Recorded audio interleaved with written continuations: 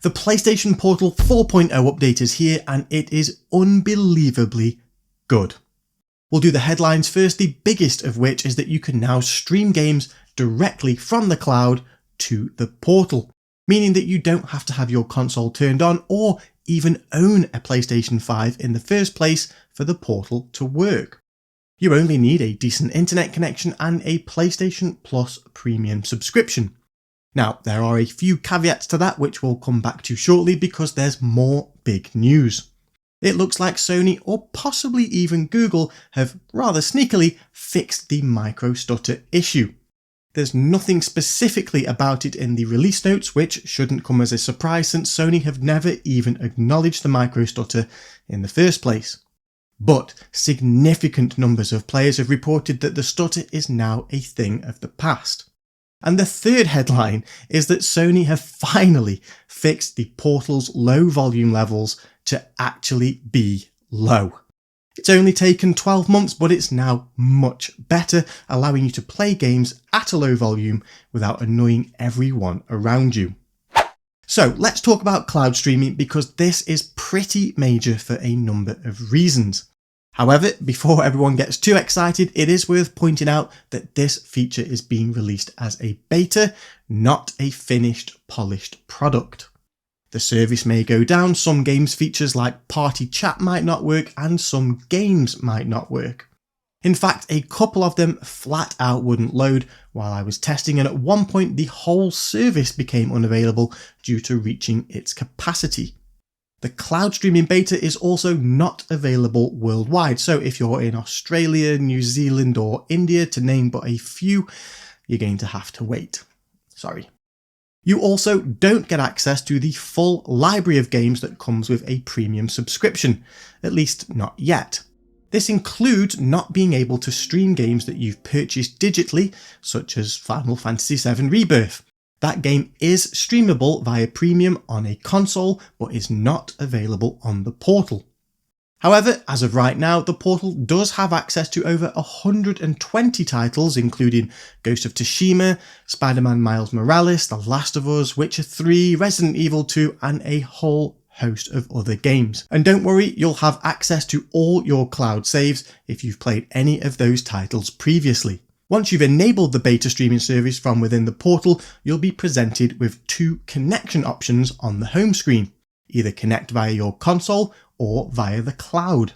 I'll be honest, I've never been a fan of the Premium Plus offering as I don't think it really offers that much in terms of value. But as more games become available to stream directly to the portal, it does suddenly become a lot more tempting, and the reason for that isn't what you might think. You see, we have just the one PlayStation 5 in our house, like most households I imagine, and like many families, we share that console between us.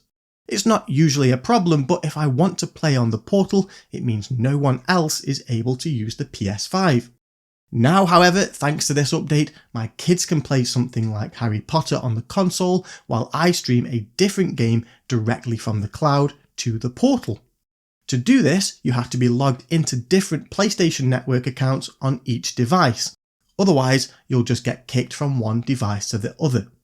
So if the account you use on the portal has access to Premium Plus, then someone else can log into the PlayStation 5 with their own PSN account. That's a pretty big deal, and although a year's premium subscription isn't cheap, it's cheaper than buying another console. I know the math isn't quite that simple, but it's definitely an upside that I hadn't considered until now.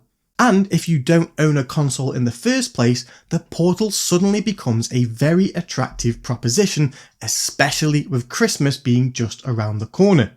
With an upfront cost of £200, the initial financial barrier is essentially halved when compared to purchasing a console.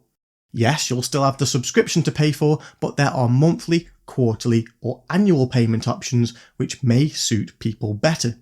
Plus, it does come with a ton of games, which in itself is worth something. One thing I will mention though is the navigation of the games library on the portal. You can't seem to change the order of the games, nor can you search for a game. It's very easy to do on the console, but at the moment it just doesn't seem to exist on the portal. I could be wrong, but if I am, it certainly isn't very obvious. As for the quality of the stream, it's been really solid. I played a bunch of different titles at home with no disconnections, no drops in resolution, no choppy gameplay, and very minimal input lag. I really couldn't tell the difference between playing a game streamed from the cloud and playing a game streamed locally from the PlayStation 5. That comparison might differ from person to person depending on the quality of their home network and internet connection, but for me, it's been really impressive. Sony have also slightly revised their recommended network requirements, which are still really low in terms of raw speed. I think 13 megabits per second should be achievable by the vast majority of users, and if not, you can always downgrade the stream's resolution from 1080p to 720 in the settings of the portal itself, which essentially halves the speed requirements from 13 to 7 megabits per second. Those numbers, though, should be treated as a very rough guide because there are many people with much faster internet and local Wi-Fi connections that still struggle with poor stream quality. Network stability, which is extremely important, isn't something that Sony provides any support for, so if that sounds like you, check out this video which covers how to both test and fix that. In terms of streaming via mobile data away from home, the same rules apply regarding network quality. The connection needs to be fast enough and stable enough to maintain a smooth stream, and that's just a bit more of a challenge on 4 and 5G just due to the nature of mobile internet. So I took my portal out with me for a couple of hours and tested cloud streaming from a few different places. The first was in a supermarket car park where I was getting speeds of around 40 megabits per second up and down. The gameplay was largely fine, but I did experience a few dropped frames and some stuttering sound. The quality of the picture never seemed to drop, but the occasional packet loss was a pain and further demonstrated why network speed only matters to a certain point. I then took it to McDonald's and tested it using their public Wi-Fi. There was a slight improvement, but it was pretty much the same experience as using mobile data. The connection speeds there only just met the minimum requirements, plus I was sharing that connection with the rest of the customers in the restaurant. Finally, I took the portal to one of my favourite local rural spots and tested it again on mobile data. I knew from previous experience that it would run pretty well here as the 4G is fast and stable. And sure enough, the gameplay was smooth with just a few dropped frames. After a while, the battery, as well as my hands, were taking a bit of a beating from the cold, so I called it a day. Streaming via mobile data works fine if you have a good enough connection, but it's generally not as reliable as playing at home. Plus, it was devouring my data allowance like a hungry dog, having used over 3 gigabytes in the 30 minutes or so that I was there. So, all in all, cloud streaming is a definite win for the portal, but by the looks of it, only the portal. Because at the time of recording this video, the option to stream from the cloud doesn't appear to have come to any of Sony's other remote play apps. There's no way to select it on Android, iOS, Mac, or the Windows client, and I haven't been able to find anywhere that states if this is likely to change. Right, on to the next big thing, the micro-stutter.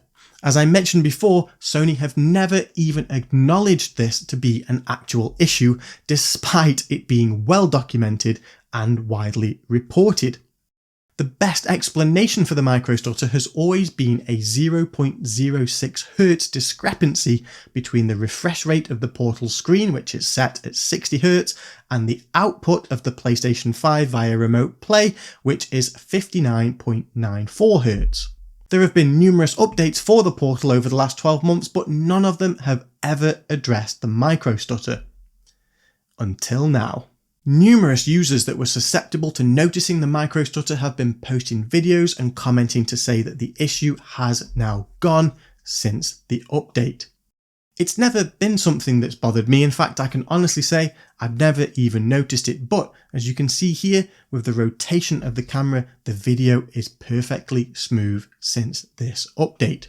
What's particularly interesting is a post by Reddit user Z3M0G who speculates with good reason that the underlying cause was not actually something that Sony had much control over, that it was actually a kernel level issue with Android 13 and fell to Google to fix.